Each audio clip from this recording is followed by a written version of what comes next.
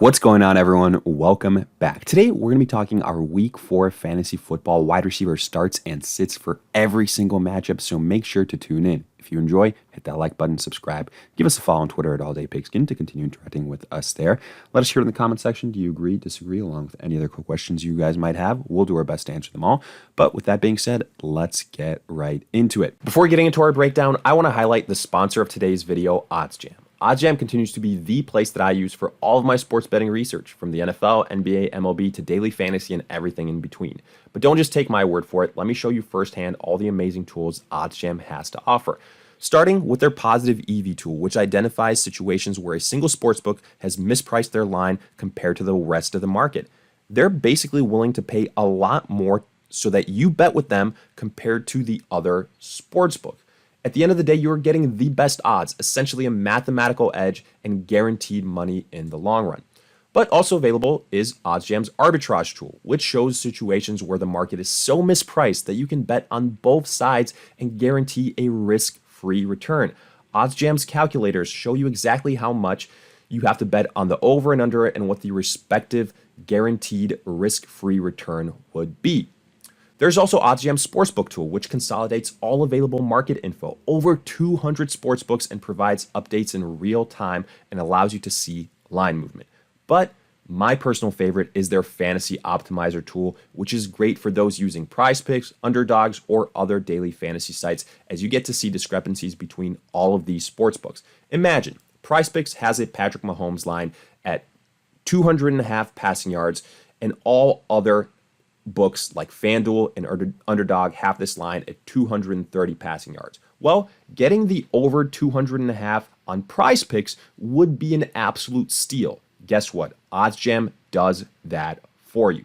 And the good news is, if you sign up today and use our code PIGSKIN, check the link and promo code in the description of this video, you will get 25% off your first month. OddsJam also has a 7-day free trial, so you get to try before you buy.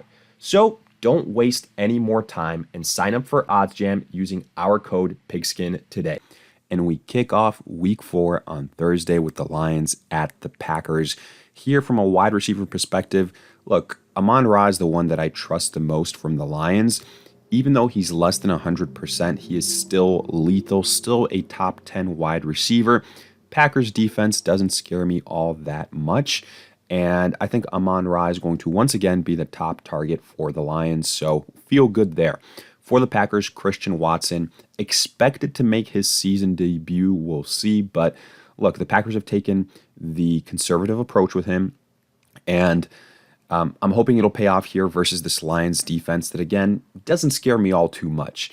I don't love Jordan Love as much as some others, but I am excited to see what Watson can bring to the table. I do think he is the highest upside wide receiver that the Packers have, but right now I just don't think that they have an offense that can sustain more than one fantasy-relevant wide receiver.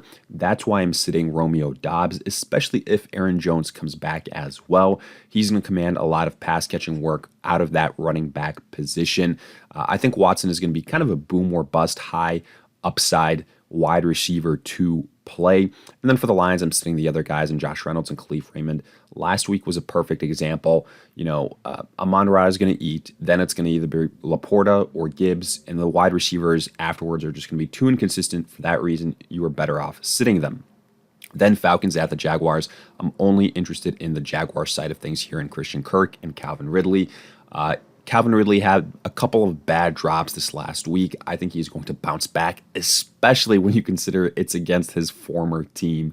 I think this one means a little bit more. I think both these guys are high-end wide receiver twos, and I think the Jaguars' offense has a chance to, again, get back on track here. Again, kind of tough for Trevor Lawrence, some missed opportunities last week versus, again, an exploitable matchup.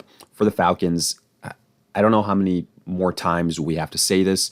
Right now, this offense, the quarterback situation with Ritter, it is just not sustainable and it's not consistent. 1 week you see a decent performance from Drake London, then he completely disappears. I don't like the situation there offensively, especially in the passing attack. For me, that means that London cannot be counted on for that reason, I would rather sit him. Moving on, Rams at the Colts. For the Rams, as long as Cooper Kupp is out, the nice little duo of Puka Nacua and Tutu Atwell has been very, very serviceable, especially in full PPR formats. And I think it can be the exact same thing this week. I think both guys are mid-level wide receiver twos at worst and have higher ceiling as we've seen in weeks prior. For the Colts, Michael Pittman, he's been a steal so far to kick off the fantasy season, been getting a lot of targets and has been absolutely the number one guy for the Colts. I think he is a high-end wide receiver too, as has been the case so far. And then might be surprised to see Josh Downs as a sit for Indy, but I'm, kind of basing this off that I believe Anthony Richardson will come back. And to me, this offense, especially in the passing sector, is going to be a little bit more limited with Anthony Richardson under center. I don't think there's going to be as many fantasy viable wide receivers in that case. Pittman is still the top guy. If Richardson was to miss yet another week, then we can have a conversation of Josh Downs starting, but it's not looking that way, so I would rather sit Downs at this point in time. Then Ravens at the Browns. I'll start Amari Cooper. I'll start Elijah Moore. I think that they can take advantage of this Ravens secondary. Both guys, again, in that middle wide receiver two kind of category. Cooper definitely has the higher upside. For the Ravens, Zay Flowers, Rashad Bateman is banged up. If Bateman was healthy, I wouldn't be saying start Zay Flowers, but I think he's going to see a decent amount of targets. Odell Beckham dealing with some issues. Not that I ever really kind of saw him as fantasy relevant. So it's going to be Zay Flowers, it's going to be Mark Andrews, and then whatever the Ravens rushing attack can muster, if anything. This Browns defense pretty stout, so I would temper expectations there. Zay Flowers in full PPR formats, I think, can have a solid outing. Afterwards, Vikings at the Panthers. Here, I'm going to start Justin Jefferson, and then, with him, obviously, top wide receiver, top 3 wide receiver. Jordan Addison is really the guy that you have to make a decision on. I think he is in the boom or bust category. That's what scares me a little bit. But the thing is, Kirk Cousins is on a crazy trajectory right now for him to go ahead and break records in terms of passing attempts, in terms of passing yards. And that's going to aid Jordan Addison here. I'm just worried that the Vikings pull away from the Panthers and that they don't have to air out the football as much, which is definitely a real possibility. So just realize that Addison is definitely boom or bust. For the Panthers, Adam Thielen, he's really gotten it going these last 2 weeks. The Panthers have realized by far and away he's their best wide receiver that they have. So from a full PPR perspective, he is, I think, a high-end wide receiver too, regardless of whether it's Bryce Young or Andy Dalton, even though I think Andy Dalton gives you the higher upside. Then Bengals at the Titans. I'm really only interested in the Bengals side of things. Jamar Chase, T. Higgins. Chase finally had a nice little game this last week. And, I expect him to continue to be a focal point regardless whether Joe Burrow is hurt or not. Then T. Higgins. We said this about him all, off season, and that is that he is a guy that it is either all or nothing. He can have a game where he has under 5-10 fantasy points. The next week he has 20 plus, and then it's going to alternate. And that's what it's been like. But I'll take a chance versus this Titans defense, which is strong up front versus the run, but then can be exploited through the air. So I think Higgins can have a bounce-back game. I think he's in the low to mid-level wide receiver 2 category. I'm sitting Tyler Boyd. Unless there's an injury, I would rather sit him, especially with the state of the Bengals offense right now. And then for the Titans, I'm sorry, but the current situation with Tannehill, with the offense in general, I'm sitting DeAndre Hopkins and Treylon Burks. I just don't trust anyone on that offense. Then Bucks at the Saints, Mike Evans, Chris Godwin. You're going to start them, but keep in mind, we're going to have our classic Mike Evans, Marshon Lattimore game here, so I wouldn't be shocked if, Evans has a tougher time here compared to the start of the season, so temper expectations a little bit, but on the flip side, that could help Chris Godwin. He could see more targets. I think both these guys are going to be in the wide receiver 2 category. Obviously, Evans is the standard preferred guy, Godwin the PPR guy.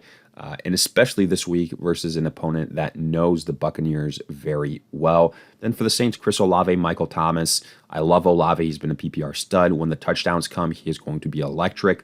Michael Thomas has also seen a bunch of targets, so he's been a pleasant surprise. I'm curious with Alvin Kamara coming back, however, if that is going to continue or not. If there's anyone that I think is going to see a slip in targets, I would bet it would be Michael Thomas. So it'll be really interesting, but I would still have him as a low-end wide receiver 2 in PPR formats this week. Then Dolphins at the Bills could be the highest scoring game of the week. I love the wide receivers here. Tyreek Hill, obviously top 3 wide receiver. Jalen Waddle, hopefully he plays. If he does, I think he's going to have a big game here. For the Bills, Stephon Diggs, again, no-brainer, top 10 wide receiver. But then I'd be willing to take a chance on Gabe Davis here. Again, he's one of these boomer bust wide receivers, but versus the Dolphins team that's been putting up points in bunches, I think the Bills are going to have to air it out a bunch as well, and it's not just going to be Diggs. So Gabe Davis, I like the matchup this week. I like the upside. Afterwards, Broncos at the Bears. I'm only looking at the Broncos side of things. Courtland Sutton, Jerry Jeudy. I think they can both have decent performances. This Bears defense is god-awful. I think both guys are probably in the low-end wide receiver 2 category. What worries me here the most, honestly, is that the Broncos potentially pull away from the Bears, and then they don't have to air it out, which is a possibility. And then for the Bears, I'm sitting DJ Moore. I'm sorry right now. It's just a situation where this entire Bears offense is a liability. And I don't want to rely on garbage time points in order for your starting wide receiver to put up, close to 10 points in a game, PPR wise. So to me, that is what's worrisome here. Justin Fields has really struggled. Now, I could see him getting it going versus this Broncos defense, but that doesn't necessarily mean that the passing attack is going to have success. So for that reason, I think DJ Moore is safer as a sit. Then Commanders at the Eagles. For Washington, Terry McLaurin is the main guy here. But again, I do think he is limited considering the quarterback situation. Unless there's a huge upgrade, which I just don't see, I think McLaurin is going to be kind of in that volatile wide receiver 2 category. For the Eagles, A.J. Brown, Devonta Smith, both high upside wide receiver 2s. But what I've said about them before still holds. We saw it last week. We've seen it the weeks before. These guys are going to alternate. There's going to be some modest weeks. Some weeks it's going to be Brown. Some weeks it's going to be Devonta Smith. That's exactly how it's been to kick off the season. So keep that in mind. And then I'm sitting Curtis Samuel and Jahan Dotson. The Eagles defense is legit. And I just think there's a drop-off from McLaurin to Samuel or to Dotson. Afterwards, Steelers at the Texans. I'll continue to roll out George Pickens just because I think he's going to get the opportunities without Deontay Johnson. I wouldn't chase the points with Calvin Austin or Allen Robinson. Wouldn't get cute there. For the Texans, Nico Collins coming off a disappointing performance, but to me, he's still the top wide receiver here. The Texans have been airing it out, so I think he's going to bounce back. And then Tank Dell. We said, if you're choosing between Tank Dell, Robert Woods, go with Tank Dell, the higher upside last week. That paid off, and we're going to continue to ride with that. I think, this has kind of emerged as the top 2 wide receivers on this offense. And then Robert Woods, I think, too many mouths to feed, so we're going to have him as a sit. Then Raiders at the Chargers. I will start Devontae Adams, Jacoby Myers. I think this is going to be a high-scoring affair, and I think Myers has shown that when he's on the field, he does command a decent amount of targets. Unfortunately, for somebody like Hunter Renfrow, who's been absolutely forgotten about, at this point in time, why not just trade him? He is a sit. Devontae Adams, obviously a stud, despite the quarterback situation in Las Vegas. And for the Chargers, Keenan Allen, he's been the number 1 guy at the wide receiver position this year. It's been insane. The amount of targets he saw last week was absolutely bananas. And you could argue without Austin Eckler potentially again and Mike Williams being put on, IR due to an ACL, it's going to be the Keenan Allen tour is going to continue as long as he can stay healthy. Question is, who's going to step up as the number 2 guy? To me, it's Josh Palmer. He's shown it so far the first 3 weeks. He's been called the number 3 wide receiver here behind Mike Williams, who no longer is there, obviously, because of his injury. So I still think, the vet here, the experienced guy, is going to get the nod ahead of Quinn Johnston. I think Palmer is going to be similar to last year when, either Keenan or Mike Williams was hurt. He's going to be kind of in a volatile, low-end wide receiver 2 category, but the fact that he's on the Chargers offense helps a lot. Then Cardinals at the 49ers. I'll start Marquise Brown. He's been building some rapport there with Dobbs, and he's clearly the number 1 wide receiver. I'm really excited, hopefully, for when Kyler Murray comes back, that Brown is going to skyrocket in terms of rankings. Right now, he's kind of a touchdown-based wide receiver 2 for the 49ers. Deebo Samuel, you start him. We said, especially without Brandon Ayuk, he is a must start, basically. And then if Brandon Ayuk does play, I will take a chance on him. The Cardinals defense doesn't scare me all that much, but if both these guys play, they're kind of both in that low to mid-level wide receiver 2 category, because the 49ers, they're gonna air it out to a lot of different people. And also, Christian McCaffrey is going to do his thing, so they don't necessarily have to pass for like 300 yards or something like that. So just keep that in mind. Then Patriots at the Cowboys. I'm only interested in 1 wide receiver here. That is CeeDee Lamb. Obviously, top 10 wide receiver in my opinion. I think the Cowboys are going to bounce back here. And then I'm sitting on New England wide receivers. Like, okay, sure, Bourne has the highest upside, but it's tough for me to get excited about the possibilities here with Mac Jones being the quarterback and going up against the Cowboys defense in Dallas. So, sure, I can recognize that there's upside there, but I find it very hard to trust this Patriots offense. Then I'm sitting both Gallup and Brandon Cooks. The reason being, we're seeing Gallup kind of reemerge again, and that's cutting opportunities for Brandon Cooks. They're kind of vulturing each other. It's basically CeeDee Lamb, Tony Pollard, the top guys offensively. So to me, I would rather just bench Gallup and Cooks right now. Then Chiefs at the Jets. I really don't like this game in terms of wide receivers. For the Chiefs, the main thing for them is Travis Kelce, and then Patrick Mahomes just airs it out to everyone, and nobody does anything all that special at the wide receiver position. That's been the case for a while now, so I think we have enough proof of that. We're sitting all the Kansas City wide receivers. For the Jets, it hurts me to say this, but you got to see Garrett Wilson. This was my exact worry when Aaron Rodgers went down in week 1, but we saw it last year with Zach Wilson being the quarterback. This Jets offense is trash, and you can't rely on anyone, even if Garrett Wilson is a volume guy. When the quarterback is absolute garbage, no matter how many targets you get, if they're not high-quality targets, it's not going to matter, and I think that's the case here moving forward. Following this, we've got the Seahawks at the Giants. Here, I'm going to start DK Metcalf. He's been the top guy for Seattle at wide receiver. Then Tyler Lockett, I think, is going to be a boom or bust play. But, if you're looking for upside, he definitely has it. For the Giants, I'm sitting on the New York wide receivers, similar to what we've said about some other teams. They just have a bunch of average guys that Daniel Jones tries to air it out to. And again, Daniel Jones, not exactly the best quarterback either. So enough said there. And then I'm sitting Jackson Smith and Jigba. If Tyler Lockett was a guy that was kind of on the fence, then Jackson Smith and Jigba is definitely a sit on top of that. But with that, we wrap up our week 4 fantasy football wide receiver starts and sits for every single matchup. If you guys enjoyed, hit that like button, subscribe, give us a follow on Twitter at AllDayPigskin to continue interacting with us there. Let us hear in the comment section if you agree, disagree, along with any other questions you guys might have. We'll do our best to answer them all. But in the meantime, we'll see you guys in future videos.